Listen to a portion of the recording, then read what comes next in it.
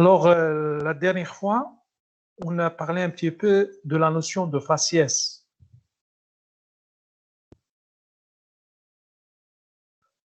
On a dit que un faciès, c'est tout simplement l'ensemble des caractéristiques lithologiques, paléontologiques et sédimentologiques, si vous voulez, d'une roche donnée. Et plus particulièrement d'une roche sédimentaire. C'est ce qui nous intéresse, nous. Alors, cet ensemble de faciès nous permet de définir ce qu'on appelle les séquences de dépôt. Et on avait défini également la séquence de dépôt, c'est quoi? Séquence de dépôt, bien cycle de dépôt.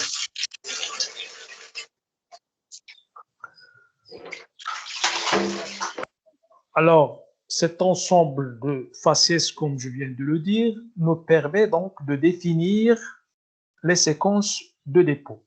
Les séquences de dépôt, c'est tout simplement des cycles. Les cycles de dépôt, bien les cycles sédimentaires. Alors, on a défini la séquence de dépôt comme une succession de couches ou bien de strates qui s'enchaînent verticalement sans interruption et limitées à la base et au sommet par des discontinuités sédimentaires. Alors ici, sur cette figure, vous avez un exemple de séquence de dépôt. Enchaînement vertical de couches, de strates, autrement dit, enchaînement vertical de faciès. Les faciès, si vous voulez, qui s'enchaînent verticalement sans interruption, mais limités à la base ou au sommet par des discontinuités sédimentaires. Et on avait défini également la discontinuité sédimentaire, c'est quoi? C'est des lignes, c'est des niveaux, c'est des limites qui indiquent un arrêt de sédimentation dans le milieu de dépôt. Vous avez ici un arrêt. Après cet arrêt, nous avons le dépôt de cette séquence qui démarre par ces faciès-là et se termine par ce faciès au haut. Et après, vous avez une autre discontinuité sédimentaire qui forme la limite entre cette séquence en bas et la séquence suivante qui va venir après ici, le cycle suivant. D'accord? Alors ici, il faut faire attention. Ici, c'est très schématique ici. Ce qu'on avait schématisé ici, c'est très schématique. Quand on veut dessiner, il faut dessiner, en général, il faut qu'on dessine un peu correctement les couches.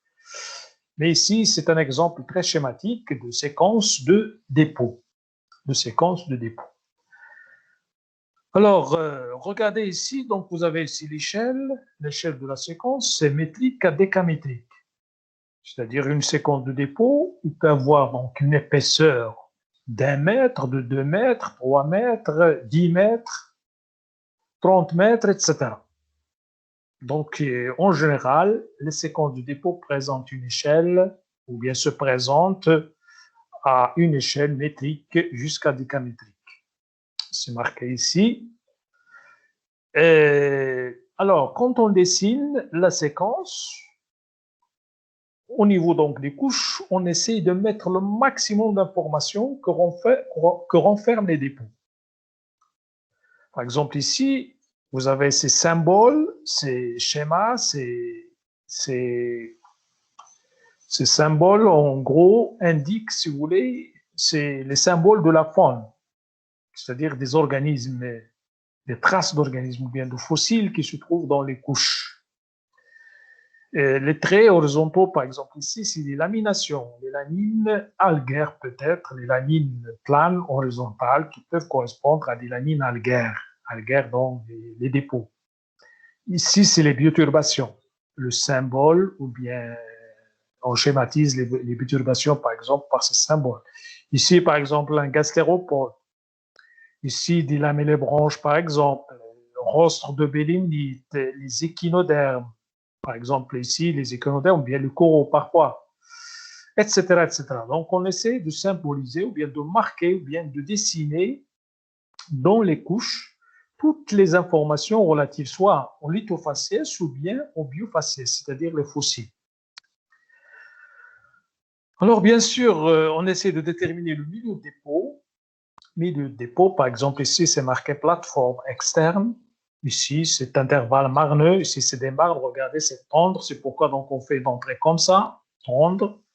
Ce qui est résistant, donc, sort comme ça, résistant à l'érosion. Donc, c'est pourquoi on le dessine comme ça. Il sort, il résiste à l'érosion, tandis qu'ici, c'est tendre, c'est friable, facile à éroder. Donc, on fait une entrée comme ça dans le log.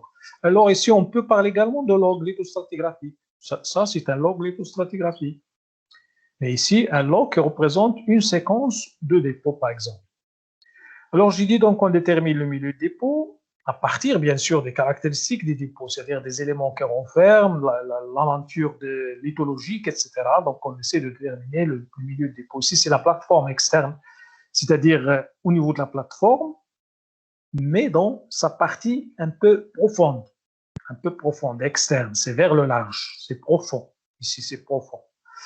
Puis, quand on monte, les dépôts deviennent, si vous voulez, présentent un caractère régressif. Et à la fin ici de la séquence, on a le milieu de dépôt, c'est la plateforme interne.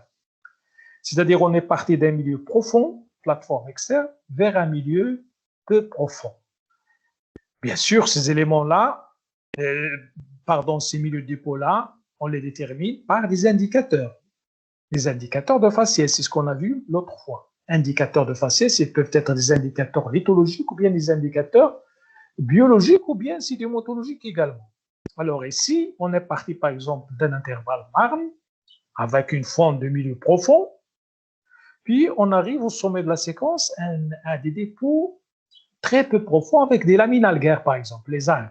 Les algues en général se développent dans des milieux très peu profonds, parce qu'ils nécessitent, si vous voulez, l'oxygénation, ils nécessitent la lumière pour faire la photosynthèse, etc. Donc, le milieu en général, il est très peu profond sur le niveau de la plateforme interne. Alors, voilà, donc on a défini les milieux de dépôt. Bien sûr, tout cela, on le définit à partir donc, de faciès, comme je viens de l'expliquer. On essaie donc de déterminer les différents faciès. Par exemple, ici, vous avez le faciès A, qui correspond à cet intervalle marneux. Vous avez le faciès B, le faciès C, par exemple, qui correspond à ce niveau-là. Le faciès D, ici, C, ici, donc c'est ce niveau-là. D, ici. Et vous voyez donc jusqu'au sommet de la séquence, ici, par exemple, vous avez l'intervalle avec des lamines algaires ici. Alors, la courbe ici, comme vous voyez des faciès, marque donc l'évolution également des milieux de dépôt. Alors, ça, je l'ai expliqué l'autre fois. J'ai dit, quand vous entendez faciès sédimentaire, il faut automatiquement penser au milieu de dépôt. C'est-à-dire, autrement dit, faciès peut être égal ou bien l'équivalent milieu de dépôt. Faciès profond, donc on est dans un milieu profond. Faciès très peu profond avec des lamines algaires, donc on est dans un milieu de plateforme interne, par exemple. Interne, c'est-à-dire du côté du continent. Puis après, on dresse une courbe de tendance, ce qu'on appelle la courbe de tendance d'une séquence. C'est-à-dire la tendance, comme on l'avait défini l'autre fois également, elle peut être transgressive ou bien régressive. C'est-à-dire, la tendance transgressive, on part de faciès de milieu peu profond vers les faciès de milieu profond, c'est-à-dire l'inverse de cette séquence-là. Ici, vous avez une tendance régressive. Regardez la flèche ici, part d'un milieu plus profond, les tirets bleus, vers un milieu moins profond, les tirets verts ici. Alors, vous avez donc une évolution ou bien une tendance régressive de la séquence ici. C'est-à-dire au début, les premiers dépôts de la séquence, ils ont été déposés dans un milieu profond, relativement profond, au niveau de la plateforme externe. Mais quand les dépôts arrivent, c'est-à-dire la succession évolue vers des milieux très peu profonds, c'est-à-dire moins profonds qu'avant. Et on parle donc d'une évolution ou bien d'une tendance régressive. Si c'est le contraire, donc on va mettre la flèche comme ça. Une évolution transgressive, on va mettre la flèche de moins profond vers plus profond. comme ça. C'est-à-dire l'inverse de celle-là. Alors, comme vous voyez, comme je dis, donc vous avez ici une séquence, vous avez la fin de la séquence en bas ici, et vous avez le début de la séquence suivante ici. Voilà, les dépôts donc se font toujours selon donc les séquences de dépôt comme ça, hein, évolution, cycle, sédimentaire, etc. Voilà donc pour avoir une idée sur les séquences de dépôt et leurs tendances. Hein. Comme j'ai dit tout à l'heure, tout cela donc c'est très schématique. Hein. C'est pas très détaillé, c'est très schématique. Alors, après cela, donc, on va voir un petit peu les discontinuités. Les discontinuités sédimentaires. Alors, bien sûr, dans une série sédimentaire, toujours, il faut s'attendre à trouver des discontinuités, différents types de discontinuités. Ça, on l'a un peu expliqué l'autre fois. Discontinuité, par exemple, un joint de stratification, c'est une discontinuité, mais l'éthologique. Ce n'est pas une discontinuité sédimentologique ou bien sédimentaire qui nous intéresse pour déterminer les séquences de dépôt. Alors, une discontinuité ou bien un joint de stratification, on ne peut pas l'utiliser pour déterminer la séquence de dépôt.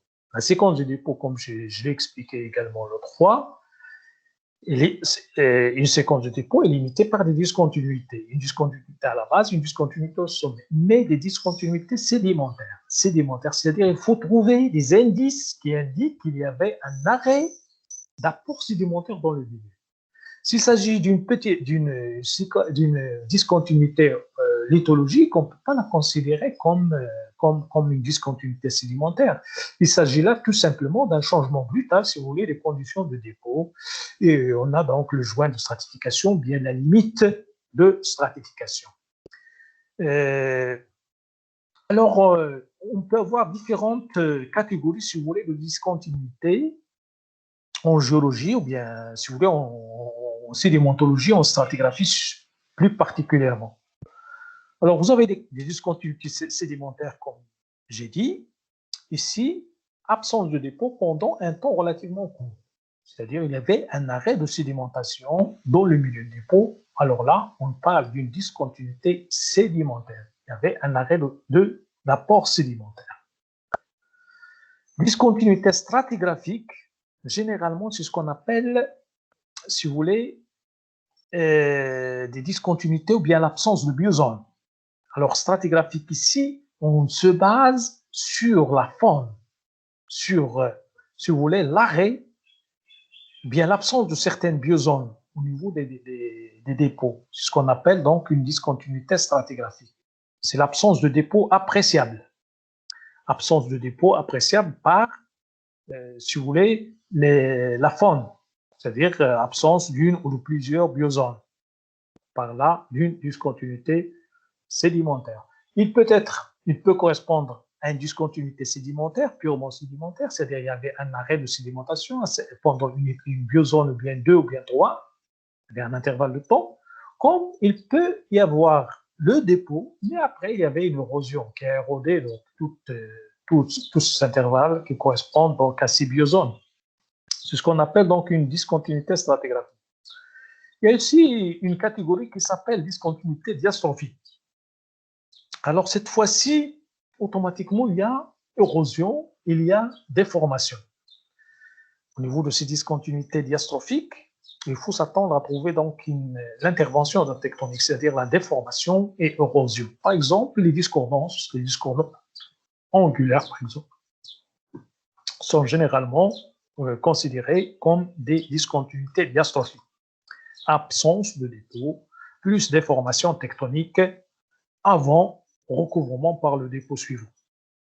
Donc, il peut y avoir donc dépôt, déformation, érosion, puis un nouveau recouvrement par les dépôts suivants. C'est ce qu'on appelle les discontinuités diastrophiques et plus particulièrement ce qu'on appelle les discordances ou bien les discordances angulaires. Voilà. Bien sûr, ces discontinuités présentent une relation avec la durée. Quand vous avez une discontinuité, ces discontinuités correspondent à une durée, c'est-à-dire que vous avez au niveau de la série sédimentaire une durée de temps, un intervalle de temps qui manque. Ça, il faut le mettre dans la tête parce que chaque couche, chaque lit, chaque niveau correspond à un intervalle de temps pendant lequel il s'est déposé. Et quand vous avez la discontinuité, cette discontinuité-là correspond à l'intervalle de temps qui manque, qui n'est pas enregistré dans la série sédimentaire. Une durée de temps qui manque. Donc, cette notion donc, de durée également, au niveau des dépôts, il faut en tenir compte quand on veut, si vous voulez, établir, si vous voulez, l'âge des dépôts. L'âge, il faut tenir compte donc de ces intervalles de temps qui ne sont pas enregistrés dans la série sédimentaire. C'est des intervalles de temps qui manquent. Alors, l'absence de sédiments correspond également à une durée, donc intervalle de temps non enregistré. Alors, vous avez joint de stratification, durée très courte, lacune, donc absence de dépôt pendant une durée plus longue. Alors, on a expliqué l'autre fois le joint de stratification. On a dit que c'est des niveaux qui correspondent donc à des changements de conditions de dépôt. Mais en général, ils correspondent à des durées très courtes. Les joints de stratification, des durées très courtes. Lacune, donc absence de dépôt pendant une durée plus longue. Elle est généralement mise en évidence par ce qu'on appelle les biozones, c'est ce qu'on avait qualifié tout à l'heure de discontinuité stratigraphique. Alors là, les indices d'un arrêt de sédimentation, ce qui nous intéresse en sédimentologie, c'est-à-dire pour déterminer une séquence de dépôt, il faut trouver des discontinuités, il faut faire sortir les discontinuités sédimentaires. Pour reconnaître ces discontinuités sédimentaires, il faut bien sûr connaître les indices d'un arrêt de sédimentation. C'est-à-dire, généralement, ces discontinuités sédimentaires sont marquées par des indices d'arrêt de sédimentation. Alors, vous avez les premières surfaces qui peuvent correspondre à une discontinuité sédimentaire, ce sont les surfaces durcies. Les surfaces durcies, ou bien ce qu'on appelle en anglais les hard grounds. Hard grounds. Alors, comme leur nom l'indique, il s'agit de surfaces dures, durcies. Durcies, pourquoi? Parce qu'il s'agit de surfaces qui se sont exposées, si vous voulez, pendant, sous l'eau en général, sous l'eau, dans le milieu du pot, sous l'eau, mais exposées pendant un long temps, sans qu'ils soient, si vous voulez, recouverts par des nouveaux. C'est-à-dire, il y avait un arrêt de sédimentation, la surface donc elle s'est exposée sous l'eau, et elle s'est durcie, et c'est très durci. C'est pourquoi on les appelle les surfaces durcies. En général, il s'agit de surfaces ferruginisées, c'est-à-dire elles présentent donc des oxydes de fer, surfaces ferruginisées, et il s'agit également de surfaces perforées. Surfaces perforées, c'est-à-dire elles présentent des perforations. Perforations, c'est des trous, ce qu'on appelle perforations, c'est des petits trous troués par des organismes lithophages, et en particulier une certaine espèce de lamellibranche. Des organismes qui perforent le substratum pour le coloniser et pour y vivre. Donc, ils trouvent. Alors, on a parlé d'une surface dure. Donc, quand elle est dure, quand vous avez une surface dure dans l'eau, dans une mer, dans un océan, donc cette surface dure, elle peut servir comme support pour certains organismes pour vivre. Alors, ils le colonisent et ils se fixent dessus tout en perforant les dépôts et ils restent fixés, ils vivent donc sur la surface puisqu'il n'y avait pas d'apport sédimentaire qui vont déranger donc ces organismes-là, donc ils trouvent donc une surface favorable, un milieu favorable pour y vivre et se développer. Alors, cela, donc, ça montre que donc il n'y avait pas apport de sédiments, si vous voulez, qui vont déranger ces organismes-là, qui utilisent donc, qui colonisent, si vous voulez, cette surface dure, bien durcie, et vivent longtemps. Mais après, quand il y a des apports sédimentaires, automatiquement, ces organismes-là vont mourir et vont, c'est-à-dire il va y avoir un changement, si vous voulez, des conditions de dépôt, les organismes vont mourir. Ce qui va rester, c'est leur coquille, c'est leur squelette, c'est leur carapace et les perforations perforées sur la surface durcie. Et après, bien sûr, cette surface-là, elle va être fossile, une surface fossile entre guillemets, et elle va correspondre donc à une limite de séquence de dépôt, c'est-à-dire une discontinuité sédimentaire. Voilà, donc vous avez les surfaces durcies, donc c'est les premiers indices, si vous voulez, d'arrêt de sédimentation. Vous avez les niveaux condensés également, les niveaux condensés. Alors, comme leur nom l'indique, niveau condensé, c'est un niveau, si vous voulez, qui correspond à un intervalle de temps, mais condensé. Un intervalle de temps condensé en quelques centimètres ou bien condensé en quelques millimètres. C'est-à-dire vous avez un intervalle de temps pendant lequel il n'y avait pas de dépôt et donc c'est une discontinuité sédimentaire tout simplement. Généralement, on peut, si on a de la chance, on peut avoir au niveau de cet intervalle ou bien au niveau de ce niveau centimétrique, on peut avoir des fossiles qui peuvent nous permettre la datation du niveau. Si on n'a pas de fossiles pour dater, donc ça reste donc une discontinuité sédimentaire à un niveau condensé, c'est-à-dire on a condensé un intervalle de temps en quelques millimètres ou bien quelques centimètres au niveau donc de la série sédimentaire. Il y a également ce qu'on appelle les niveaux de paléosol. Alors ici, le niveau condensé donc, indique automatiquement qu'il y avait un arrêt de sédimentation au milieu des dépôt. Les niveaux de paléosol. Les paléosols, c'est tout simplement paléosol, c'est-à-dire les sols anciens. Les sols anciens, donc actuellement, vous avez des sols actuels, qu'on peut voir actuellement, mais dans le temps également, il y avait des sols anciens. Alors, comme vous voyez maintenant les sols actuels, c'est des sols, c'est-à-dire c'est une sorte de dépôt exposé à l'air libre, c'est-à-dire il n'y avait pas de... C'est-à-dire le dépôt se fait très lentement au cours du temps. Donc, la même chose dans le passé, quand on trouve des paléosols, bon, les séries sédimentaires, on les considère comme des niveaux qui marquent un arrêt de sédimentation, c'est-à-dire une sédimentation très, très, très lente. Il n'y a pas donc un taux de sédimentation élevé, et le taux de sédimentation est très faible, il se fait lentement. Donc, c'est pourquoi on peut les considérer également comme des limites de séquence de dépôt. Voilà, donc je pense qu'on termine ce chapitre-là et on va passer à un autre chapitre.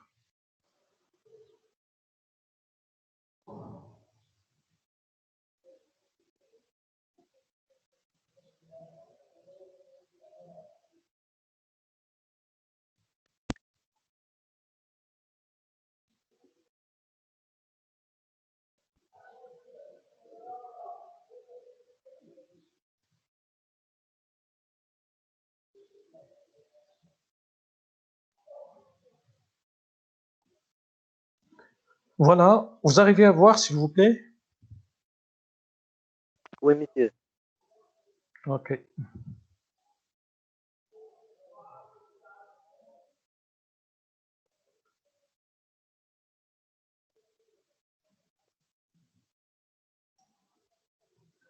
Alors ici, on va commencer le deuxième chapitre. Dans ce deuxième chapitre, on va essayer de voir d'une manière assez, si vous voulez, simplifiée, la genèse des roches sédimentaires. Alors, pour commencer, on va parler un petit peu de quelques généralités, généralités que vous savez peut-être déjà.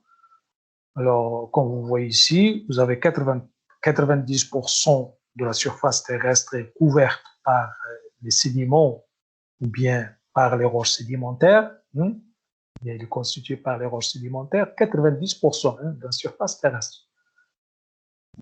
C'est des roches sédimentaires et des sédiments. C'est-à-dire les 10% qui restent, c'est peut-être des roches, les autres types de roches, endogènes peut-être. Alors, les roches sédimentaires recouvrent donc les 2 tiers de la surface du globe terrestre. 2/3 de la surface du globe terrestre est occupée, bien sont occupés par les roches sédimentaires, sont recouverts par les roches sédimentaires. Ces roches sédimentaires représentent 5% de la masse de la croûte continentale. Bien sûr, les roches sédimentaires, on les trouve en surface et dans les fonds marins. Les roches sédimentaires sur la Terre, bien sûr le globe terrestre, ils recouvrent la surface de la Terre, mais on les trouve également au niveau des fonds marins, des fonds des océans et des mers. Alors, également dans ces généralités, on va définir, si vous voulez, une roche sédimentaire. C'est quoi une roche sédimentaire? Donc, une roche sédimentaire, c'est tout simplement un ensemble de particules minérales ou organiques transportées sous forme de débris solides ou bien sous forme de solutions ioniques. Ensuite, déposées en milieu aquatique, subaquatique ou aérien. Voilà comment on peut définir donc une roche sédimentaire. C'est un ensemble de particules qui peuvent être minérales ou bien organiques, c'est-à-dire les minéraux ou bien organiques, c'est-à-dire la matière organique. Ces éléments-là, ils peuvent être transportés sous forme de débris solides, sous forme de particules solides, les débris, les fragments de roches, les minéraux, ou bien sous forme de solutions ioniques, sous forme de solutions chimiques, ioniques sous forme d'ions, les ions. Les ions Ca++, Na+, Mg2+, etc. Sous forme ionique, puis ensuite déposés ou bien précipités au milieu de dépôt, dans le milieu de dépôt qui peut être un milieu aquatique en général ou bien un milieu aérien. Voilà comment on peut définir une roche sédimentaire. Alors en deux, on va s'intéresser à la sédimentation. La sédimentation, c'est-à-dire le dépôt. Alors le dépôt des particules est contrôlé par leur nature, leur dimension et par la vitesse de l'agent de transport. En général, le dépôt, pour déposer les particules, il faut tenir compte, si vous voulez, de leur nature, leur dimension et par la vitesse de l'agent de transport. Et surtout, la vitesse de l'agent de transport et les dimensions des particules, surtout, en particulier, ce sont ces éléments-là qui contrôlent, si vous voulez, le dépôt. Parce que toujours, les particules de grande dimension, c'est-à-dire les particules grossières, les blocs, par exemple, ce sont les dépôts qui se déposent en premier. Parce que c'est des éléments lourds, ils ne peuvent pas être transportés par un agent de transport longtemps. Donc, ils se déposent en général juste après un intervalle de temps très court, si vous voulez, de transport. Mais les particules fines, ce sont ces particules-là qui vont être transportées longtemps par le courant ou bien par l'agent de transport, parce qu'elles sont très légères, donc elles peuvent être transportées par un agent de transport même avec une faible énergie. La vitesse de l'agent de transport également, ou bien l'énergie, contrôle le dépôt, comme j'ai dit, parce que quand on a un agent de transport énergétique à forte vitesse, donc l'agent peut transporter des particules lourdes. Mais quand il s'agit d'un agent de transport de faible vitesse, il ne peut pas transporter que des particules fines.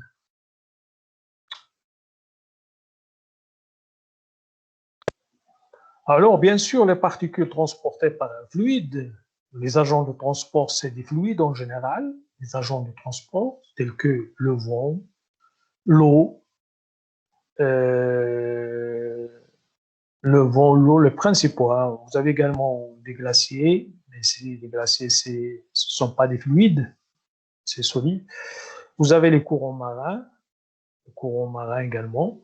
Donc, ces particules-là se déposent quand la vitesse du fluide ou bien du courant s'affaiblit ou bien s'arrête carrément. C'est-à-dire, comme je disais tout à l'heure, donc la vitesse de l'agent de transport contrôle le dépôt. C'est-à-dire, le dépôt, on a le dépôt des particules quand la vitesse de l'agent de transport, ou bien du fluide, ou bien du courant, ralentit ou bien s'arrête carrément, c'est-à-dire devient égal à zéro, vitesse nulle. En ce moment-là, on dépose. Mais tant que la vitesse est importante, on aura toujours l'érosion de transport. Le dépôt, on l'aura quand la vitesse ralentit ou bien s'annule. Alors ici, voilà donc les dépôts charriés par les glaciers. Alors le premier, c'est les dépôts transportés ou bien charriés par un fluide, un courant. Le deuxième cas ici, c'est le cas des dépôts, bien des sédiments charriés, c'est-à-dire transportés par les glaciers. Alors, ces dépôts-là s'accumulent lorsque la glace fond. Quand on a la fonte de la glace, les dépôts ils vont donc être déposés. Vous imaginez les glaciers c'est d'énormes quantités de glace, c'est des montagnes de glace. Parfois, ils transportent les dépôts, ils transportent des particules, en général les particules, les débris solides. Ils les transportent, et comme vous le savez, les glaciers se déplacent, puis après, le dépôt, on l'aura quand le glacier ou bien la glace fond, tout simplement. Il y a également un type de matériel ou bien d'éléments ou bien de particules déplacées en masse sous l'action principale de la gravité. Ici, le transport se fait par la gravité. On parle donc de dépôts de gravité. Bien, des dépôts en masse transportés par la gravité. La gravité, c'est-à-dire quand les particules ou bien les éléments se déplacent sous l'effet de leur poids le long d'une pente. C'est-à-dire il n'y a pas de courant, il n'y a rien, il n'y a qu'un déplacement sous l'effet de la pesanteur. C'est ce qu'on appelle la gravité. Transport par la gravité. On parle donc ici d'éboulement ou bien de glissement. Éboulement le long des pentes, glissement le long des pentes. Alors, ces particules-là se sédimentent quand on a un nouvel, si vous voulez, état d'équilibre. C'est-à-dire, on passe d'une pente, quand on a un nouveau état d'équilibre,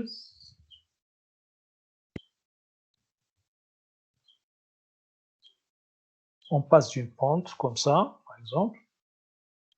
Vous avez la pente, comme ça. Mais après, il va y avoir un état d'équilibre ici, par exemple, un niveau comme ça, là.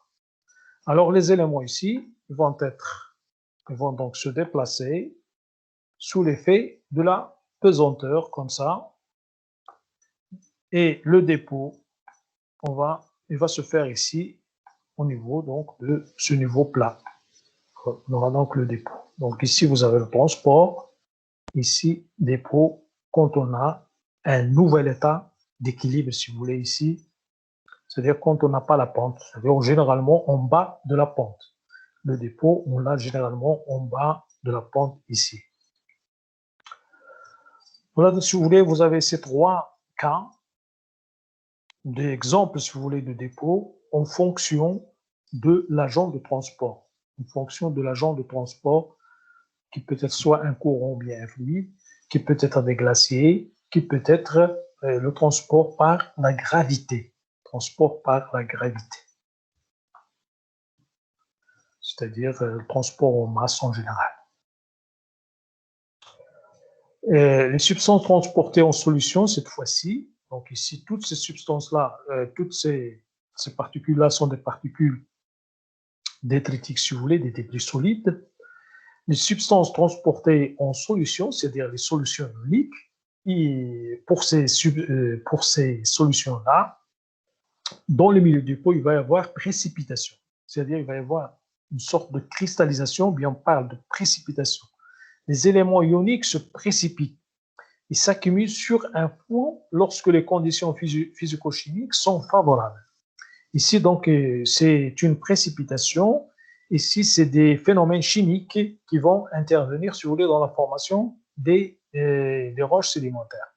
Donc, on va avoir une précipitation chimique ou bien la cristallisation des éléments, tout simplement, pour former les minéraux de roches sédimentaires, tels que, par exemple, CaCO3, c'est-à-dire le carbonate de calcium, le carbonate double de calcium et de magnésium, c'est-à-dire la dolomite, par exemple, NaCl, le sel gemme, par exemple, etc., etc. Donc, il va y avoir donc précipitation chimique pour former les éléments, bien les minéraux de roches sédimentaires. Alors, ce diagramme-là, vous l'avez déjà vu, je pense, c'est tout simplement un diagramme qui illustre, si vous voulez, les conditions de transport des particules en fonction de la vitesse de l'écoulement et de la granulométrie. Donc ici, vous avez la granulométrie sur cet axe-là. Vous avez ici granoclassement décroissant, la granulométrie, granoclassement décroissant. C'est-à-dire ici, vous avez les graviers, vous avez les sables, vous avez les argiles, par exemple. Donc, la fraction la plus fine ici, ce niveau-là. Argile, sable et vous avez gravier. Alors, sur cet axe, vous avez la granulométrie. Sur l'autre axe ici, l'axe des X, vous avez la vitesse du courant en centimètres par seconde. Vitesse du courant en centimètres par seconde. Alors, de ce côté-là, vous avez une vitesse faible. C'est pourquoi on parle ici baisse. Selon cette flèche-là, vous avez la baisse d'hydrodynamisme. Hydrodynamisme, ça on l'a expliqué l'autre fois, c'est la dynamique de l'eau, c'est la vitesse du courant, c'est l'énergie du courant, vous pouvez l'appeler comme vous voulez, c'est la vitesse du courant si vous voulez, ou bien la vitesse de l'agitation de l'eau, etc. Donc, vers ce côté-là, donc vous avez la baisse de l'hydrodynamisme, la vitesse, et également quand on regarde la granulométrie, ici vous avez une granulométrie faible. Alors regardez, ce qui nous intéresse nous, c'est le dépôt. Le dépôt, c'est cette plage-là qui nous intéresse. Alors le dépôt, comme on l'a expliqué tout à l'heure, se fait quand la vitesse du courant ralentit ou bien devient nulle.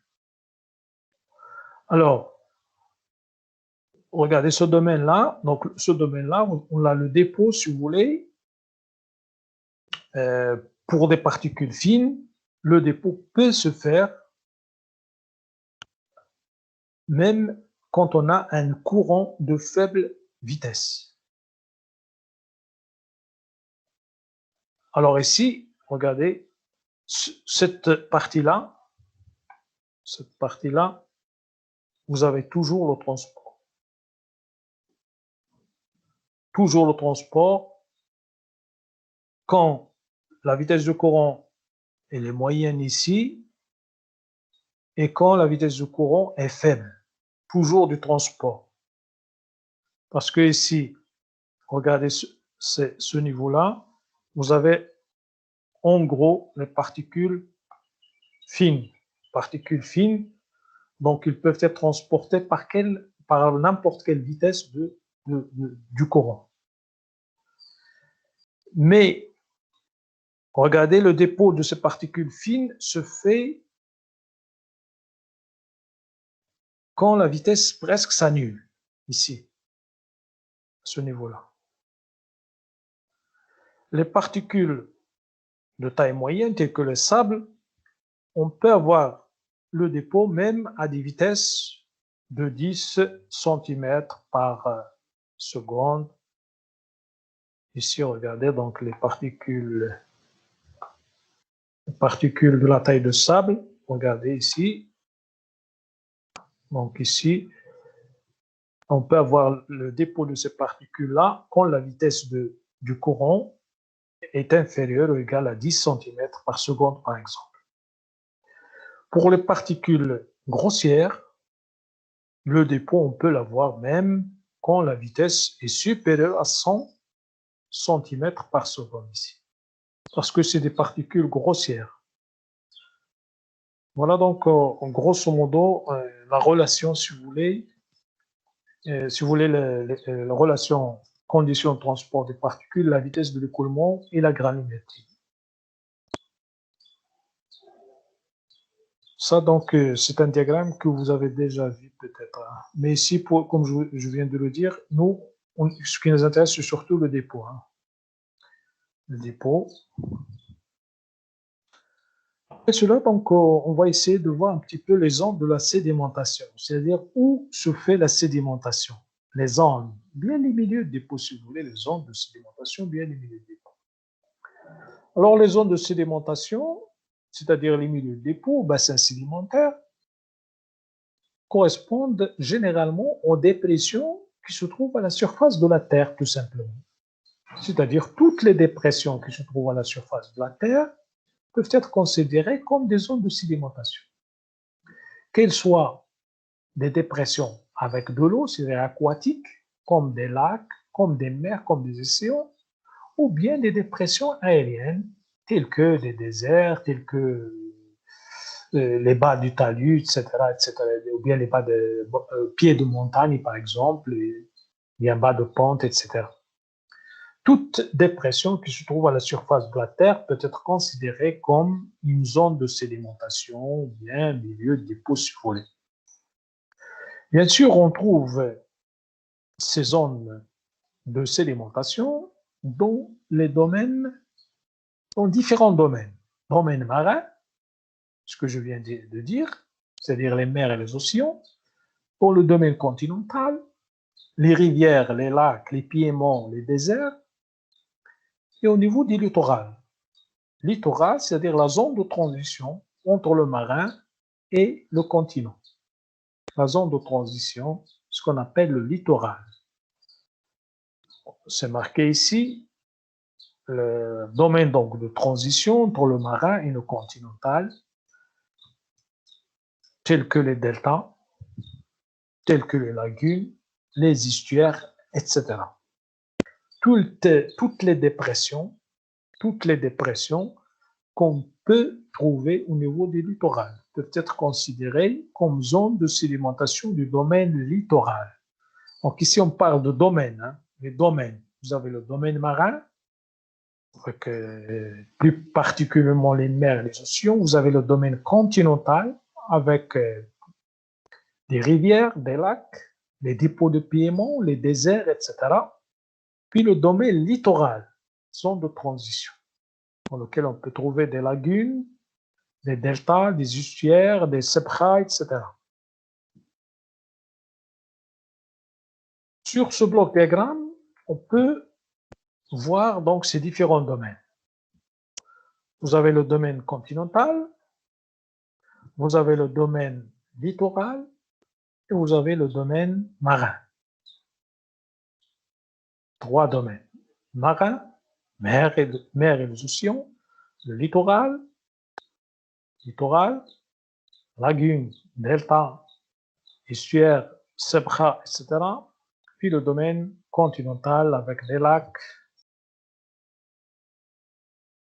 Voilà, ici, des lacs, des rivières, etc.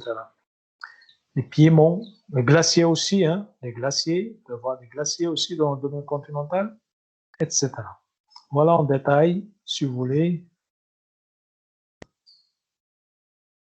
les milieux qui forment ces domaines. Donc, vous avez les glaciers, ou bien domaine glaciaire ici pour le continental, domaine continental. Vous avez les lacs, domaine milieu lacustre, les lacs. Vous avez le milieu fluviatile, les rivières, et les déserts. Ici, regardez les dunes dans le désert, etc. Quelques exemples de milieux qu'on trouve dans le domaine continental.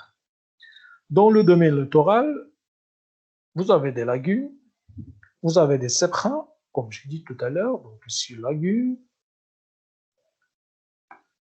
vous avez sebkhas, vous avez les deltas, etc.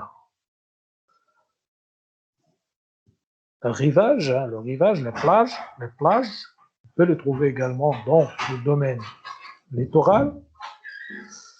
Vous avez également ce qu'on appelle les milieux de domaine marin. Alors, au niveau du domaine marin, c'est-à-dire les mers et les océans, en général, il y a plusieurs milieux de dépôt, tels que le domaine de plateforme, par exemple, c'est-à-dire le milieu le moins profond, ici. Vous avez le talus ou bien la pente, puis vous avez donc le bassin profond, ici. Alors, comme vous voyez ici, dans ce domaine marin profond, on a le milieu pélagique. Pélagique, c'est-à-dire profond. ici, vous avez néritique, c'est-à-dire au niveau de la plateforme, c'est-à-dire un milieu très peu profond. Néritique, pélagique. C'est ce qu'on peut également qualifier de proximal distal. Quand vous entendez, par exemple, parler d'un faciès proximal, c'est un faciès de milieu peu profond. Quand on parle d'un faciès distal, c'est un milieu profond. C'est un faciès, pardon, de milieu profond. Distal, proximal. D'accord? Il faut faire attention à ces termes. Hein. Quand on vous parle d'un faciès proximal, donc il faut imaginer un faciès de milieu très peu profond. Dans un milieu aquatique, bien sûr, mais très peu profond. Quand on vous parle d'un faciès distal, c'est-à-dire profond, qui se forme ou bien se dépose dans un milieu assez profond, c'est-à-dire le bassin profond, par exemple. Voilà donc d'une manière générale, si vous voulez, un résumé, si vous voulez, des domaines de sédimentation, bien zone de sédimentation, avec des exemples de milieux de dépôt.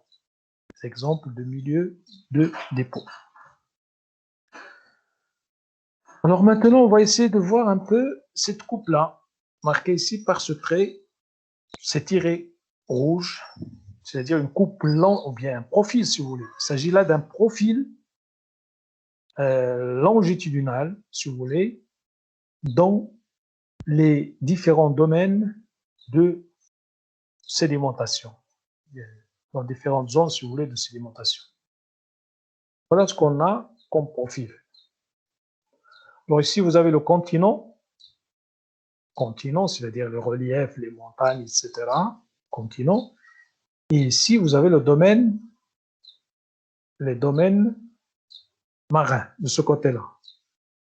Donc ici, vous avez le continental, domaine marin, et entre les deux, vous avez le domaine littoral, le littoral, c'est-à-dire la zone de transition entre le marin et le continental. Et le profil en général, ici, le profil est très schématique, regardez. Donc, on dessine un profil très schématique comme ça. Et vous imaginez ici le niveau, par exemple, de l'eau, le niveau de la mer, si vous voulez, 0 mètre, c'est-à-dire la surface des mers et des océans, si vous voulez. Donc, cette partie-là, elle est couverte par l'eau, c'est le domaine marin. Et ici, il n'y a pas d'eau, c'est le domaine continental. Le domaine continental. Alors, dans ce domaine continental, comme je l'expliquais tout à l'heure, on peut avoir des milieux de dépôt de piémont, c'est-à-dire au pied des montagnes. C'est des milieux, c'est des zones, c'est des dépressions qu'on trouve au pied de montagnes qui peuvent être considérées comme des milieux de dépôt, pied de montagne, dans le domaine continental. Puis on peut avoir ce qu'on appelle la plaine alluviale.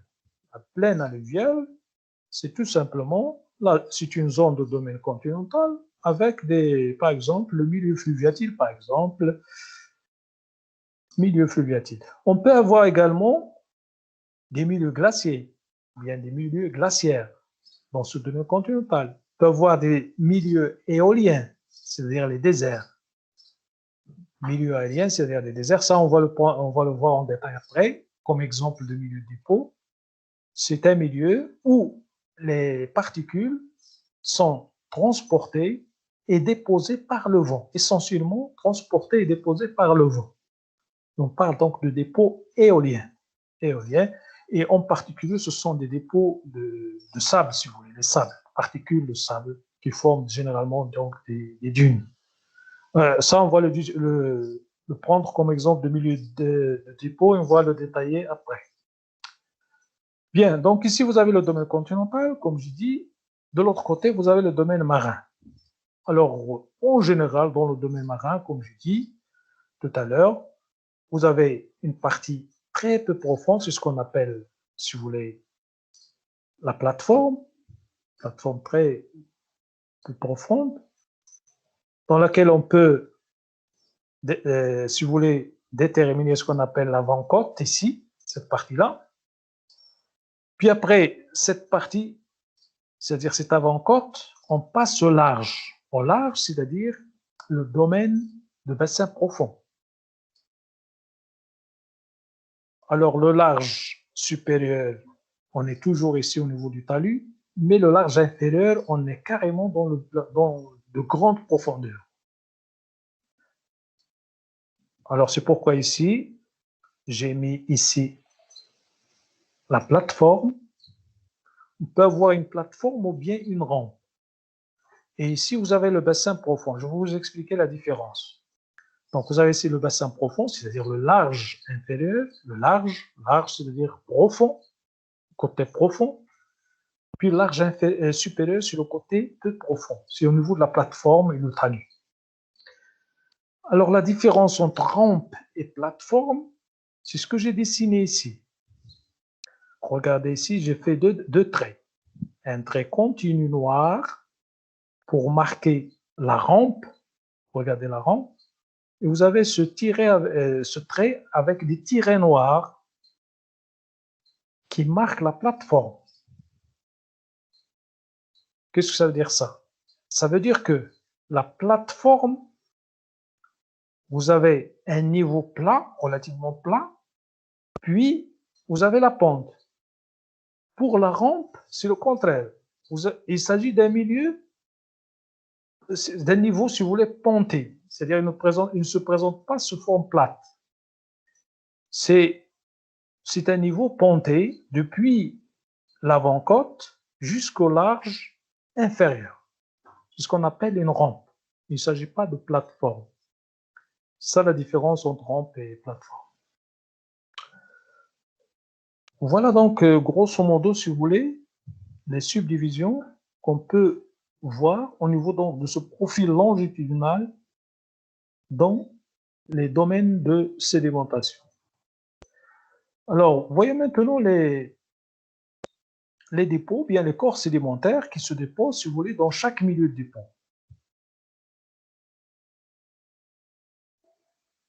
Alors, par exemple, au niveau du piémont, on peut avoir ce qu'on appelle les cônes alluviaux. Les cônes alluviaux, comme leur nom l'indique, ce sont des corps sédimentaires sous forme de cônes.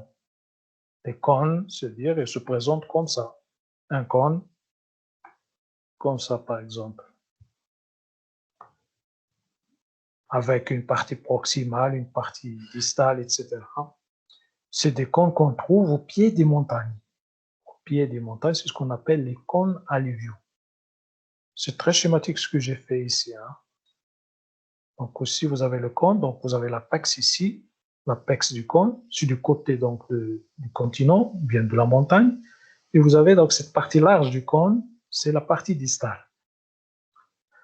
Alors, dans la plaine alluviale, donc, on peut avoir ce qu'on appelle les systèmes fluviatiles et les systèmes lacustres, par exemple.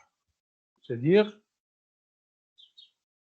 avec des dépôts fluviatiles, c'est-à-dire les dépôts dans les rivières, les fleuves, et des dépôts dans des lacs, dans le système lacustre. Au niveau de la plaine côtière ici, cette partie-là, la plaine côtière, on est toujours dans le domaine, si vous voulez, c'est la fin du domaine continental et le début, si vous voulez, du domaine littoral. Ici, regardez, vous avez donc une transition, plaine côtière. Dans cette plaine côtière-là, le littoral en général, on peut avoir des dépôts deltaïques, c'est-à-dire des dépôts qui se déposent dans des deltas. Les deltas, les dépôts de plage, également. Regardez donc ces dépôts de delta. Ici, ils peuvent arriver jusqu'au large supérieur.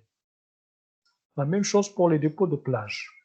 Dans certains cas, c'est pourquoi je l'ai marqué ici en tiré, ils peuvent donc arriver jusqu'au large supérieur. On peut voir également, si on avance un petit peu vers l'avant-côte ici, avant d'atteindre le large supérieur, on peut avoir les replats de marée peut avoir des dépôts de lagans. Les lagans, c'est comme des lagunes, mais dans la mer ici, etc. Alors, dans le bassin profond, il faut s'attendre à trouver, comme je viens de l'expliquer, des faciès de milieu profond. Les faciès de milieu profond, comme vous voyez ici, par exemple, je vous donne un exemple très typique, c'est les systèmes turbiditiques, c'est-à-dire les dépôts de turbidite. Les dépôts de turbidite, ça également, on va le voir après, quand on va parler des dépôts de gravité, que ça se dépose par les courants de gravité. Et également, dans ce domaine-là, vous avez les systèmes pélagiques, c'est-à-dire les dépôts pélagiques, c'est-à-dire les dépôts profonds. Voilà donc, si vous voulez, des exemples de dépôts le long donc de ce profil longitudinal entre le continent et le marin. Alors, la nature des éléments. La nature des éléments, je vais vous donner ici d'une manière assez rapide la nature des éléments qui caractérisent chaque milieu de dépôt, si vous voulez. Alors, regardez ici ce qu'on appelle les silicoclastes. Les silicoclastes, c'est tout simplement ce qu'on peut appeler également les terrigènes. Les terrigènes, alors certains auteurs les appellent les terrigènes, d'autres les qualifient de silicoclastes. Il s'agit tout simplement des éléments issus de l'érosion des terres, bien des continents. C'est-à-dire c'est des débris solides, hein, des éléments, si vous voulez, bien des particules sous forme de débris solides de différentes tailles, bien sûr. On peut avoir des éléments de grande taille, des éléments de petite taille, etc. Alors, ces éléments-là terrigènes, regardez, on les trouve partout. On les trouve partout le long du profil, depuis le continent jusqu'au large, jusqu'au bassin profond. Puis, après ces silicoclastes, vous avez les carbonates. Les carbonates ici en vert. Les carbonates également, presque on les trouve exclusivement, presque dans tous les domaines. Vous les avez dans le continent, vous les avez également dans le littoral et dans le marin également. Alors les carbonates, bien sûr, les carbonates, c'est plus particulièrement la calcite, par exemple, le carbonate de calcium. Vous avez aussi les évaporites, les minéraux de roche évaporitiques. Alors cette fois-ci, on les trouve surtout dans des zones, bien dans des milieux très particuliers. Donc on les trouve surtout au niveau de la plaine alluviale, ici, la plaine alluviale, et on les trouve également dans le large. Regardez ici, dans le large. C'est-à-dire ici, ça veut dire que les minéraux de roche évaporite peuvent se former également dans les milieux profonds. Le carbone, c'est-à-dire le carbone, quand on parle de carbone, c'est-à-dire il faut penser aux roches carbonées ou bien les roches qui contiennent, si vous voulez, la matière organique. Là également, on ne les trouve pas dans tous les milieux du profil, mais ils caractérisent certaines parties, si vous voulez, ou bien certains milieux, tels qu'au niveau de la plaine alluviale, par exemple, tels que, par exemple, la transition entre le large supérieur et le large inférieur, et dans le milieu profond également, c'est-à-dire la partie la plus profonde du large inférieur. C'est là où on peut trouver donc les roches carbonées. Puis la silice. La silice également caractérise certains milieux très typiques. Donc la silice, on peut la trouver au niveau du continent, dans la plaine alluviale, comme on peut la trouver surtout dans le milieu profond. Donc la silice, on ne la trouve pas dans tous les domaines, si vous voulez, ou bien dans tous les milieux de tous les domaines. Donc elle caractérise surtout la plaine alluviale au niveau du continent et la zone profonde, la plus profonde, si vous voulez, au niveau du large. Donc ça, si vous voulez, c'est la répartition des minéraux, bien des éléments qui forment les roches sédimentaires dans le long donc du profil, si vous voulez, longitudinal entre le continent et le marin. Donc, c'est d'une façon très résumée, si vous voulez. Hein. Alors maintenant, on va parler un petit peu des lignées, les lignées des roches sédimentaires. Les lignées des roches sédimentaires, c'est tout simplement les différents types, si vous voulez, de roches sédimentaires. Les lignées, on parle de lignées, c'est les types de roches sédimentaires. Alors, comme vous le savez peut-être, donc une roche sédimentaire, comme je l'ai défini tout à l'heure, se forme à partir de roches préexistantes. C'est-à-dire les éléments qui forment les roches sédimentaires, ce sont des éléments qui appartiennent au départ à une roche préexistante, à des reliefs préexistants. C'est ce qu'on appelle la roche-mère. C'est-à-dire, sur cette roche-mère-là, il va y avoir des phénomènes d'érosion.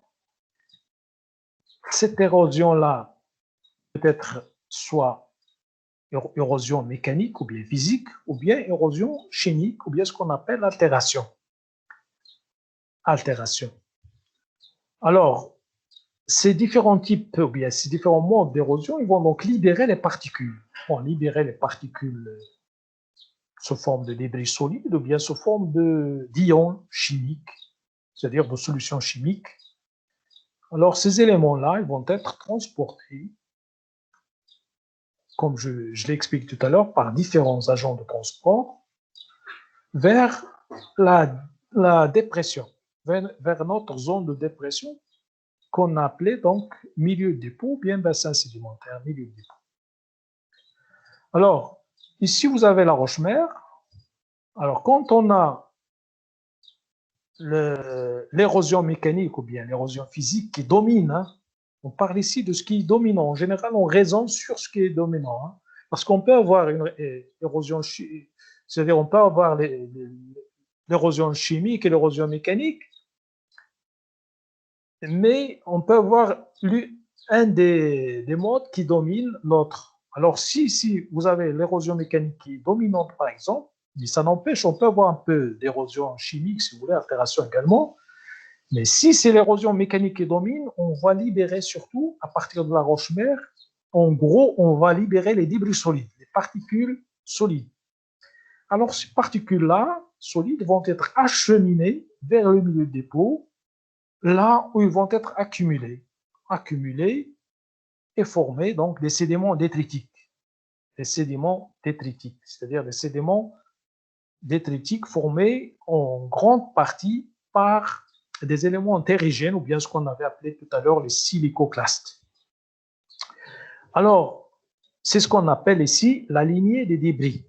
Il s'agit là de lignée des débris parce que la roche ici va être formée en grande quantité par des débris solides. On la qualifie alors de la lignée des débris. Ce sont donc les sédiments détritiques qui vont être évolués après en roches sédimentaires détritiques. Par contre, si c'est l'érosion chimique ou bien l'altération qui domine au niveau de la zone d'alimentation, parce que si la roche-mère se trouve dans une zone qu'on appelle la zone d'alimentation. Puis le milieu de dépôt, les milieux de dépôt se trouvent, si vous voulez, dans des zones de réception. Alors, si c'est l'érosion chimique qui domine, alors on va libérer en grande quantité des éléments chimiques qui vont être mis en solution, c'est-à-dire on va avoir donc la formation de solutions ioniques. Puis après, donc ces éléments-là, la même chose, vont être acheminés vers le milieu de dépôt où ils vont subir ce qu'on appelle la précipitation. Ils vont donc se précipiter. Tout à l'heure, pour les débris solides, on a dit qu'ils vont s'accumuler, tout simplement. On va les accumuler tout simplement comme ça et former donc un sédiment détritique. Ici, il va y avoir des réactions chimiques, c'est-à-dire il va y avoir ce qu'on appelle la précipitation. Les éléments vont donc se précipiter pour former des sédiments biochimiques. Bien chimiques, si vous voulez, chimiques, biochimiques. Alors ici, on parle de la lignée des solutions. La lignée des solutions. D'accord?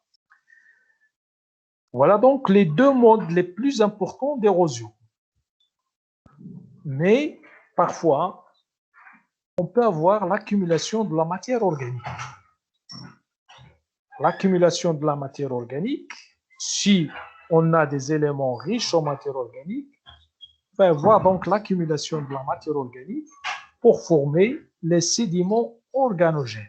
Pour former les sédiments organogènes, c'est-à-dire les sédiments riches en matière organique. C'est ce qu'on appelle la lignée organique. La lignée organique. Alors ici, il faut pas comprendre ces sédiments organogènes, c'est-à-dire riches en matière organique. Il ne faut pas les imaginer comme, je sais pas, c'est-à-dire ce qu'on a actuellement, la matière qu'on a actuellement. Non. Pour les roches sédimentaires, on parle ici de roches organogènes. C'est des fossiles, hein, c'est fossile, c'est-à-dire il peut y avoir la matière organique dans le milieu du pôle peut appartenir au règne animal ou bien au règne végétal. Puis cette matière organique va évoluer au cours du temps, va subir des transformations, etc., jusqu'à ce qu'on obtienne donc une roche avec une matière organique fossile. Ce qu'on appelle une matière organique fossile, c'est tout simplement comme les hydrocarbures, comme les gaz, etc., le gaz, le pétrole, etc. C'est-à-dire une roche avec une matière organique fossile, entre guillemets. Hein, entre guillemets. C'est ce qu'on appelle donc la lignée organique. C'est un exemple de roche sédimentaire, lignée organique. La dernière lignée, c'est cette lignée-là. C'est-à-dire, quand on avait érosion, altération, etc., au niveau de la roche-mère, tout ce qui reste à la fin ici, tout ce qui reste, c'est ce qu'on appelle les roches résiduelles. Les roches résiduelles, et on parle de la lignée résiduelle. Et il faut s'attendre donc à trouver au niveau de ces roches résiduelles, il faut s'attendre à trouver des éléments résistants, qui résistent à l'érosion, qui résistent à l'altération. C'est pourquoi donc on les trouve sur place, résiduelles, c'est-à-dire elles résistent donc à ces phénomènes d'altération, d'érosion, et forment donc la lignée résiduelle. Donc voilà grosso modo les 4 lignées qui peuvent former donc les roches sédimentaires. Et à l'intérieur de chaque lignée, on peut trouver des exemples, plusieurs exemples ou bien types de roches sédimentaires à l'intérieur donc dans chaque lignée, si vous voulez. Alors, je vais essayer de récapituler un petit peu ici. Alors, vous avez ici les roches en surface. Vous avez l'altération physico-chimique, c'est ce que je viens de dire. Donc, on peut avoir une altération chimique, une altération physique ou bien mécanique. Et donc, ces altérations-là vont nous donner des particules solides ou bien des ions en solution. Ces ions en solution également, bien ces particules également solides, ils peuvent provenir également de l'activité volcanique. Sens large, hein, sens large, on peut avoir également l'activité des projections du volcan qui vont donner donc soit des ions en solution, soit des particules solides. Alors ces éléments-là, c'est ce qu'on appelle les altérites. Les altérites, grosso modo, c'est des éléments issus de l'altération, si vous voulez, qu'elle soit volcanique ou bien altération physico-chimique. Alors, les particules, quand elles sont solides, ou bien les silicoclastes, ils vont donner donc des sédiments meubles. Sédiments meubles, c'est-à-dire ne sont pas consolidés, les sédiments. La même chose ici. On va avoir, par exemple, des minéraux vaporiques, transport et dépôt. Même s'il s'agit donc d'ions en solution, donc ces ions en solution vont donc se précipiter sous les conditions physico-chimiques pour donner, par exemple, les minéraux vaporiques ici. Puis ces minéraux-là peuvent subir un transport et dépôt pour former le sédiment meuble. Mais parfois, ils peuvent se précipiter in situ et donner la roche sans subir donc de transport. On peut également avoir une précipitation par les organismes, précipitation biologique, c'est-à-dire la fixation des éléments, des ions par les êtres vivants. On va les trouver donc dans leur squelette, dans leur chair, par exemple, etc. C'est-à-dire qu'il va y avoir ici l'intervention d'organismes vivants. Ils peuvent être en vie ou bien après la mort, si vous voulez. Alors, les squelettes, ils vont donc contenir les minéraux, si vous voulez. Ils vont fixer les éléments dans leur squelette. Transport et dépôt, donner donc les roches meubles, bien les sédiments meubles. Alors, la matière organique également, on peut la voir, si vous voulez, dans les organismes vivants. Cette matière organique également, elle peut subir donc un transport, puis dépôt, pour donner les sédiments meubles toujours. Quand vous voyez tous les éléments ici, soit transportés directement, soit précipités sous des conditions physico-chimiques, soit précipités par des organismes, êtres vivants, en vie ou bien morts, tous ces éléments-là, ils vont être formés après le sédiment meuble, avant de former la roche consolidée. Puis après, bien sûr, suite au phénomène diagénétique, transformation diagénétique, tous ces éléments, tous ces sédiments meubles-là vont être transformés en roches sédimentaires. Roches sédimentaires détritiques avec des éléments terrigènes, silicoclastiques, comme je l'ai expliqué tout à l'heure, des roches biogènes, carbonatées, siliceuses, etc., des roches carbonées, roches carbonées, telles que le charbon, les hydrocarbures, et des roches avec des éléments autigènes. Autigène, ça, je n'ai pas expliqué tout à l'heure, mais autigène, c'est tout simplement des roches formées par des minéraux précipités in situ, tels que des roches carbonatées avec de la calcite ou bien la dolomite, des roches sulfatées avec le sulfate, par exemple. Autigène, c'est-à-dire précipitation in situ, formation des minéraux dans le milieu de dépôt. C'est-à-dire il n'y avait ni transport, ni déplacement, si vous voulez, d'un autre milieu de dépôt. Donc, vous avez la solution ionique dans le milieu et on précipite les minéraux in situ. Voilà, c'est juste un petit récapitulatif, si vous voulez, de ce que j'ai expliqué tout à l'heure, avant. Donc, c'est les roches sédimentaires. Maintenant, on va essayer de voir quelques exemples de dépôts. Et on va commencer par les dépôts gravitaires. Les dépôts gravitaires, tout à l'heure également, quand on a parlé, si vous voulez, du dépôt, quand est-ce qu'on a des dépôts, on a dit que le dépôt est généralement contrôlé par les dimensions des particules et par la vitesse du courant.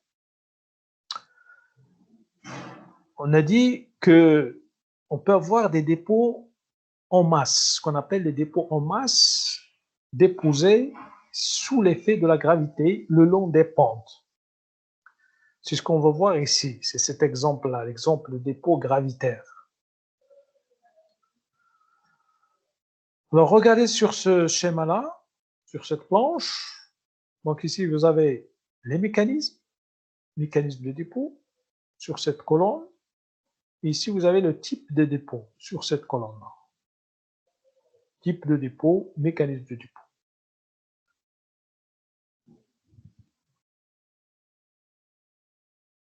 Alors, pour ces dépôts gravitaires,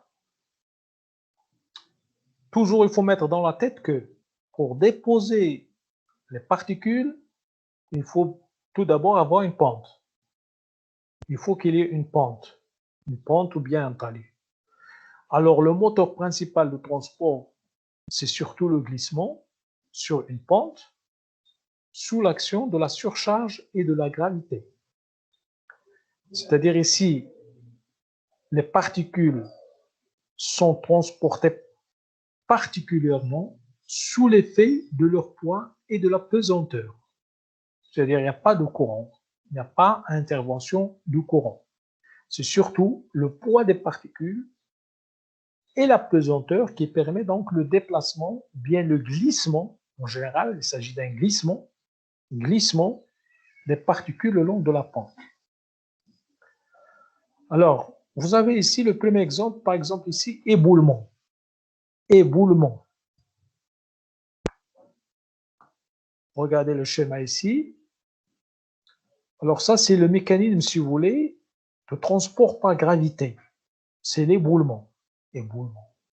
Alors, le type de dépôt qu'on obtient, c'est les éboulis de toute taille. Les éboulis de toute taille que vous avez ici, en bas de la falaise. Ici, regardez, vous avez une falaise, à partir de laquelle il va y avoir libération de particules, par érosion, bien sûr, mécanique, surtout. Les particules vont être glissées le long de la pente ici et vont être déposées en bas de la pente. La flèche ici indique le glissement, le son du glissement. Et vont être déposées ici pour former des éboulis de différentes tailles. Les éboulis. Donc ça, cet exemple, si vous voulez, d'éboulis avec le mécanisme d'éboulement, vous pouvez l'observer facilement quand vous allez à la montagne, par exemple. Au pied du falaise, là où il y a des pentes, vous allez remarquer cette sorte, bien ces dépôts de type éboulis. C'est des fragments de roche, des éboulis, on les appelle les éboulis, des morceaux de roche, fragments de roche déposés le long des pentes. Bien sûr, ces éléments-là proviennent de la roche-mère qui est ici, cette falaise. On peut avoir également ce qu'on appelle un mécanisme de glissement. Donc ici, c'est l'éboulement, ici, le glissement. Glissement, comme vous voyez sur le schéma, c'est tout simplement le glissement d'une partie de falaise, d'une partie de roche, le long d'une pente. Ici, on parle d'olistolite, des dépôts d'olistolite. Olistolite, c'est tout simplement des morceaux de montagne, parfois même ils sont de très grandes dimensions. Regardez ici, les blocs peuvent être hétérométriques. Ici, vous avez le glissement d'une partie de la falaise qui glisse dans le milieu du dépôt pour former ce qu'on appelle l'olistolite.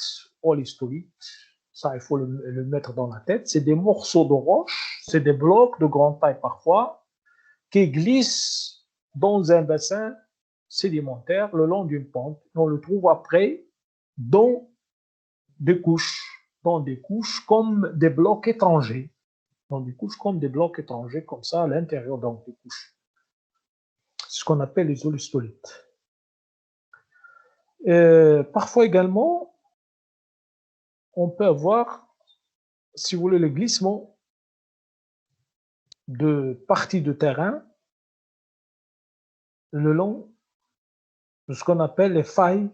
Ici, vous avez des failles, bien ce qu'on appelle les plans de cisaillement, bien de failles listriques. Regardez ici, regardez, vous avez ici le plan de la faille ici, la première faille. Vous avez le plan de la deuxième faille ici. Et le long de ces plans-là, vous avez le glissement des terrains comme ça, des morceaux de terrain, des parties donc de collines par exemple qui glissent. C'est une sorte de glissement de terrain dans un milieu de dépôt, bien dans un bassin sédimentaire si vous voulez. Alors ces glissements-là, parfois, on peut avoir des glissements sédimentaires. Ça, c'est très important. Tout ce qui est sédimentaire est très important. Glissements sédimentaires, c'est des glissements qui se font en même temps que la sédimentation. Alors, ces glissements sédimentaires, on les appelle tout simplement des glissements de type slump. Les slumps. Comme ici, vous avez un schéma d'un slump. Alors, un slump, c'est tout simplement un ensemble de terrain, un ensemble de couches qui sont encore gorgées d'eau. Elles sont molles, les couches sont molles, les dépôts sont mous, qui glissent le long d'une pente en même temps que la sédimentation. glissement le long de la pente forment donc un slam, c'est-à-dire des couches en quelque sorte désorganisées, déformées. Je vais vous montrer tout à l'heure peut-être une photo d'un slam. Les dépôts, le transport en masse des particules, par exemple ici, vous avez ici le transport en masse de particules, c'est ici par exemple, coulée en masse, coulée de boue de sable. Alors ce transport en masse donne ce qu'on appelle les coulées de blocs. Coulées de blocs, c'est-à-dire ce qu'on peut appeler les olistostromes. Olistostrom, c'est tout simplement un ensemble, c'est-à-dire des coulées de blocs d'olistolite. Regardez ces petits blocs ici, forment les olistolites. Olistolites qu'on a défini ici tout à l'heure. Alors, un ensemble d'olistolites peut former ce qu'on appelle olistostrom. Olistostrom. Ici, olistostrom. On peut parler également de coulées de blocs. Coulées de blocs. Après donc ces coulées en masse ou bien transport en masse des particules, on peut arriver à ce qu'on appelle le courant de forte densité ici. C'est ce qu'on appelle le courant de turbidité. Courant de forte densité ou bien courant de turbidité et donne ce qu'on appelle les dépôts de turbidite. Ici, vous avez un petit schéma d'un courant de turbidité. Tout ça, c'est un courant de turbidité dans lequel le matériel ou bien les éléments sont en suspension dans un fluide turbulent. Un fluide turbulent, c'est-à-dire agité, avec des particules en suspension. Il peut éroder et transporter, bien sûr. Il érode et transporte en même temps. Puis à la fin, en bas de la pente, on obtient les dépôts de turbidite. Courant de turbidité donne les dépôts de turbidite. C'est ce que vous avez sur ce profil également. Donc ici, vous avez glissement de terrain SLAMP. Le SLAMP, comme je dis, c'est des glissements sédimentaires, ici. Puis, on peut avoir ce qu'on appelle les débris flow. Toujours, c'est le transport en masse. Transport en masse. Donc ici, on a même, vous avez même des milieux de dépôt. Ici, vous avez la plateforme, ici. Donc c'est très peu profond. Vous avez le talus continental. Vous avez la plaine abyssale. Donc, vers ici, c'est-à-dire au niveau de la plaine abyssale, on a les turbidites. Donc ici, vous avez le glissement des terrains, il y a les slams, qui donnent les, si vous voulez, les débris flow, puis après, les dépôts de turbidites. Les dépôts de turbidites. Tout à fait en bas de la pente. Donc en bas de la pente ici, vous avez les dépôts de turbidites, dans le milieu profond, bien sûr, dans le bassin profond. Alors, la resédimentation en masse ici. La resédimentation en masse peut être matérialisée par le slamping ou bien les slams. Ici, comme je dis, il s'agit de glissements sédimentaires dans un milieu aquatique, bien subaquatique. Et c'est des glissements qui se font en même temps que la sédimentation. C'est pourquoi on parle de glissement ou bien de dépôt sédimentaire. Sédimentaire en même temps que la sédimentation. Alors, il s'agit là de déplacement de dépôts riches en argile et peu consolidés. C'est-à-dire les couches ou bien les terrains ou bien les dépôts sont encore gorgés d'eau. C'est-à-dire ils ne sont pas consolidés, sont encore mous. Et pourquoi donc on peut avoir une déformation intense dans, c'est-à-dire des lits ou bien des couches. Mais il s'agit d'une déformation, si vous voulez, liée à ce déplacement, si vous voulez, bien à ce glissement le long de la pente. Il ne s'agit pas d'une déformation d'origine tectonique. C'est lié tout simplement à ce glissement le long de la pente. Et lié également, bien sûr, au fait que les couches ne sont pas encore consolidées. C'est facile à être, si vous voulez, déformées. Alors, généralement, ces slimpy ou bien ces slimp présentent une extension métrique à plusieurs kilomètres. On peut avoir des slimps sur quelques mètres, mais on peut avoir des slimps de grandes dimensions, sur plusieurs kilomètres. Alors, ces slimps-là, qu'est-ce qu'il indique? Si on les trouve dans une région donnée, qu'est-ce qu'on peut, si vous voulez, conclure, ou bien comment on peut interpréter, si vous voulez, ces slimps? Alors, comme j'ai dit, les slimps correspondent donc à une resédimentation en masse le long d'une pente. Alors, en général, ils se forment sur des pentes accentuées et déstabilisées. C'est-à-dire, en général, ces slimps-là, on les trouve le long des pentes qui sont instables, c'est-à-dire qui subissent des mouvements, par exemple des mouvements tectoniques, par exemple des tremblements de terre, des soulèvements ou bien des effondrements tectoniques, donc peuvent engendrer, si vous voulez, ces exemples ou bien ces types de glissements sous forme de slimp ou bien de slamping. Donc, quand on les trouve dans l'ancien, c'est-à-dire dans les roches anciennes, il faut penser donc à cet exemple de pente, c'est-à-dire des pots le long d'une pente, c'est-à-dire dans la région où vous trouvez les slimps. Vous pouvez dire que peut-être dans le temps, il y avait ici, dans cette région, une pente accentuée et instable, c'est-à-dire peut-être il y avait des tremblements de terre, peut-être il y a des mouvements tectoniques, etc. Voilà, donc ici, vous avez une photo qui montre ces slimps, ou bien ces dépôts de slamping. Il s'agit ici de couches slimpées dont des calciturbidites, si vous voulez, du silurien. Silurien, c'est un âge très ancien dans le Paléozoïque, hein, époque très ancienne dans le Paléozoïque. Donc, toutes ces couches-là, tous ces terrains-là sont d'âge silurien. D'accord? Alors, le slimp, comme vous voyez ici, regardez les couches ici, les terrains ils ont gardé presque leur position, si vous voulez, originale, c'est-à-dire horizontale. Ici, cet intervalle-là, donc vous avez des couches non déformées. On voit également ici des couches non déformées, des terrains, des couches de strates non déformées. Mais regardez cet intervalle-là, ici, on ne peut pas voir des limites de stratification claires. Mais ce qu'on peut voir surtout ici, regardez, des couches désorganisées. Des couches, bien des strates désorganisées comme ça, elles sont un peu déformées. Donc ici, c'est cet intervalle-là où on a notre slimp. Il s'agit donc ici de couches slimpées. Couches slimpées ou bien terrain slimpé. Alors là, il s'agit donc d'une resédimentation en masse.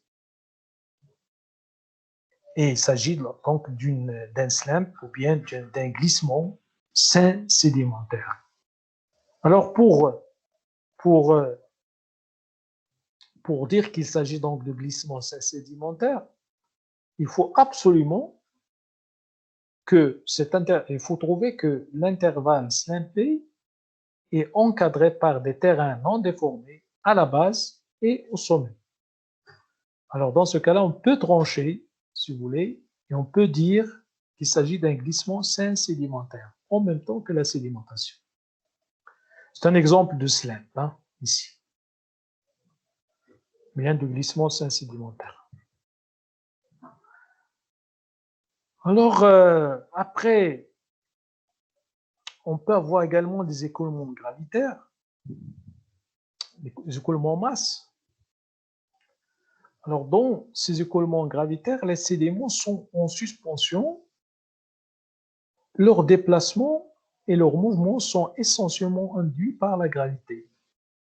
Donc, vous avez des sédiments en masse, c'est-à-dire des dépôts encore gorgés d'eau, c'est-à-dire ils contiennent le fluide, mais le fluide ici ne joue pas le rôle d'agent de transport.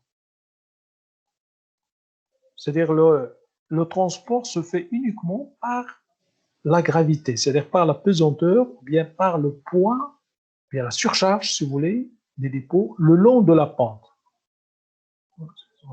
Alors, c'est ce qu'on appelle, si vous voulez, les écoulements gravitaires. Alors, ces dépôts en masse par écoulement gravitaire peut donner, si vous voulez, des dépôts qu'on qualifie, c'est-à-dire le nom des dépôts qu'on obtient à la fin. On peut obtenir ce qu'on appelle les grain flow. On peut avoir les débris flow, comme on peut avoir ce qu'on appelle les fluidized flow. Fluidized flow. Alors, ces dépôts en masse, on les qualifie de mass flow, si vous voulez, en anglais. En anglais, on les appelle les mass flow. Alors, par exemple, les grain flows, en français, on peut les appeler les flots de grains. Les flots de grains ou bien grain flow. Alors, ces dépôts en masse, comme je viens de l'expliquer, ces dépôts se font par des courants gravitaires qui entraînent des sédiments dissociés, plus ou moins fluidisés. Les sédiments sont toujours dissociés, mais comme j'ai dit, ils contiennent un fluide. Mais le fluide, c'est tout simplement pour fluidiser, si vous voulez, la masse. C'est-à-dire le fluide ne joue pas le rôle d'agent de transport. Le transport se fait principalement par la gravité. Alors, pour les flots de grains ou bien les grain flows, le mécanisme de suspension de sédiments se fait généralement par l'interaction entre les grains. C'est ce que vous avez sur ce schéma-là. L'interaction entre les grains, c'est surtout le mécanisme qui maintient, si vous voulez, les éléments en suspension dans le dépôt. Pour le flot de débris, bien les débris flow,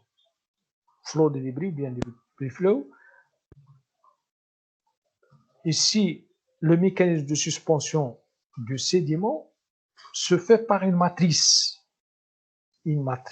argilo-sableuse. Alors, regardez la différence entre la répartition, bien entre la dispersion des grains dans le flot de débris et la dispersion des grains dans le flot de grains. Regardez ici, la dispersion, il est plus ou moins hétérogène, si vous voulez. Parce que ici, vous avez surtout le mécanisme de suspension du sédiment est maintenu par l'interaction entre les grains. Il y a une interaction entre les grains. Les flèches montrent cette interaction. Par contre, dans les débris flow, bien les flots de débris, regardez, vous avez une dispersion, si vous voulez, homogène des grains. Et ça montre donc un bon classement, si vous voulez, des grains, supporté par une matrice argilo-sableuse. D'accord? Alors, pour le flot liquéfié, ou bien ce qu'on appelle le fluidized flow, fluidized sediment flow, ou bien les flots liquéfiés. Ici, le mécanisme de suspension du sédiment, il est supporté, si vous voulez, par l'échappement de fluide. C'est-à-dire, il y a les flèches ici indiquent l'échappement d'un fluide. Vous avez les particules, vous avez le fluide à l'intérieur, mais après, quand on va voir le dépôt, il va y avoir l'échappement du fluide. L'échappement du fluide, c'est-à-dire la montée du fluide, par exemple. Cette montée de fluide va donc permettre une réorganisation des grains dans le dépôt. Et on obtient donc des dépôts, des flots liquéfiés, ou bien ce qu'on appelle les fluidized flow. Tout à l'heure, on va détailler, si vous voulez, ces petites séquences de chaque type de dépôt en masse. Alors, vous avez ici un autre exemple, mais cette fois-ci, ce n'est pas un dépôt en masse par écoulement gravitaire, mais ici, il s'agit d'un dépôt par des courants de forte densité. Les courants de forte densité, tels que, par exemple, les courants de turbidité. Alors, ces courants de turbidité donnent, si vous voulez, comme vous voyez ici, courant de turbidité, vont donner, si vous voulez, les dépôts de turbidite. Mais ici, le mécanisme de suspension du sédiment, il est maintenu, bien supporté, si vous voulez, par la turbulence du courant. Regardez, ici, les flèches indiquent la turbulence du courant, c'est-à-dire qu'il s'agit de courants très turbulents, très agités.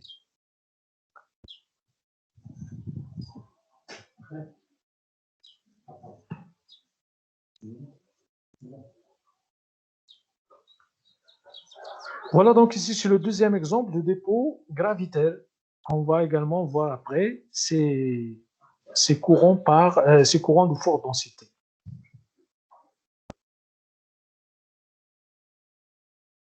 Voilà ici donc les séquences correspondantes à chaque type de dépôt. Alors pour les grains flow, bien ce qu'on appelait les flots de grains, regardez la séquence de dépôt ici.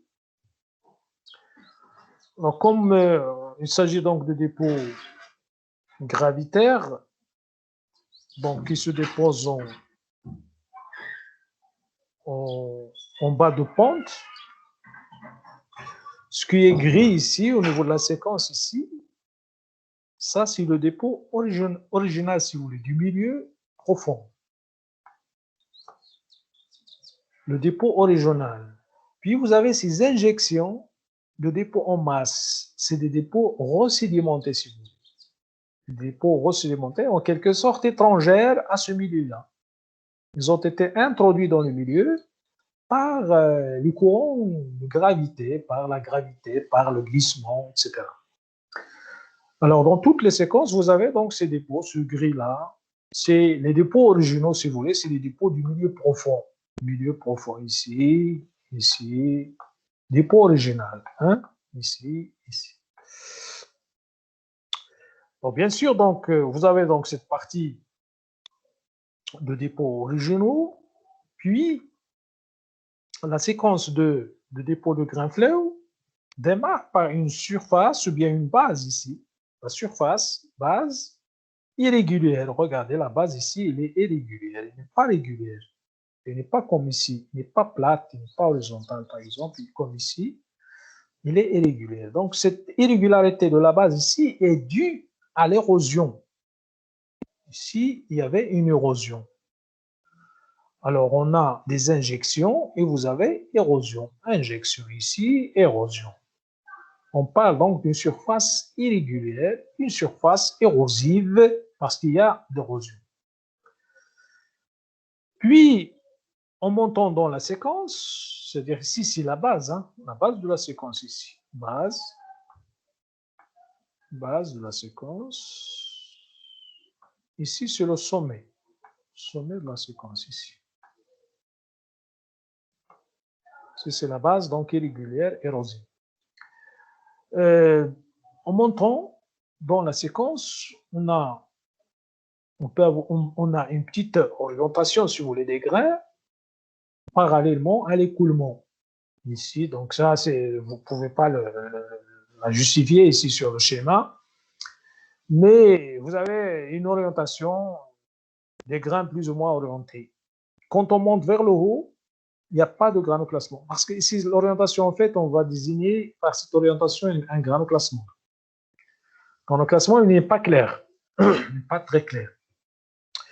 En haut, pas de granoclassement. Donc, il s'agit en gros d'une séquence qui n'est pas granoclassée, c'est vraiment pas de granoclassement. Les grains sont dispersés d'une manière hétérogène, etc. Puis, vous avez un sommet plat. Regardez, le sommet, c'est ça, attention. Le sommet, c'est ici. Il ne faut pas, si on vous demande donc de dessiner une séquence de type grain flow, il faut bien dessiner, il faut mettre le sommet, c'est ici, non pas ici. Le sommet de la séquence, c'est ici. D'accord? Voilà donc pour la séquence de dépôt, si vous voulez, d'un grain flow. Pour le débris flow, la même chose. Ici, vous avez une base érosive. Regardez, la base, elle est irrégulière, érosive. Ici, vous avez un faible granoclassement à la base, faible granoclassement. La totalité de la séquence est massive, avec un classement très faible ici. C'est surtout au niveau de la base, ici on a un faible granuloclassement. Mais le reste, c'est classement très faible. Puis vous avez un sommet irrégulier également, avec des débris. Débris en surface, c'est ce que vous avez ici. Irrégulier avec des débris en surface. C'est ce qu'on appelle les séquences de type débris flow. Pour la séquence de fluide Z flow, même chose. Ici, vous avez une base irrégulière. Alors, au niveau des bases irrégulières ou bien érosives, il faut s'attendre à trouver des structures d'érosion, figures structures d'érosion. Ici, vous avez des grooves. C'est des figures de structures d'érosion, ce qu'on appelle les grooves, groove marks. Et de l'eau de casse, c'est ça l'essentiel. L'eau de casse, c'est les figures de charge. L'eau de casse, les figures de charge, c'est ce que vous avez ici. Figures de charge avec des nodules et avec des structures en flamme. Ici en haut, structure en flamme, et ici des nodules. Nodules et pseudo-nodules. À la base également, vous avez un faible granuloclassement comme les autres séquences. Vous avez des structures en assiette, ressemblent à des assiettes. Structure ici en assiette, c'est une sorte donc de structure stratification oblique, mais sous forme d'assiette. Vous avez, ce qui est très intéressant, au sommet, vous avez des convolutes, des structures convolutées. Ça, c'est ces structures-là, des structures convolutées, c'est des structures un peu qui montrent ça, hein. C'est-à-dire des laminations déformées comme ça, hein, qu'on appelle donc les structures convolutées, comme ça, structures convolutées. Et vous avez également au sommet un sommet plat ou bien plan avec des volcans de sable. C'est ce que vous avez ici. Vous avez ici des volcans de sable.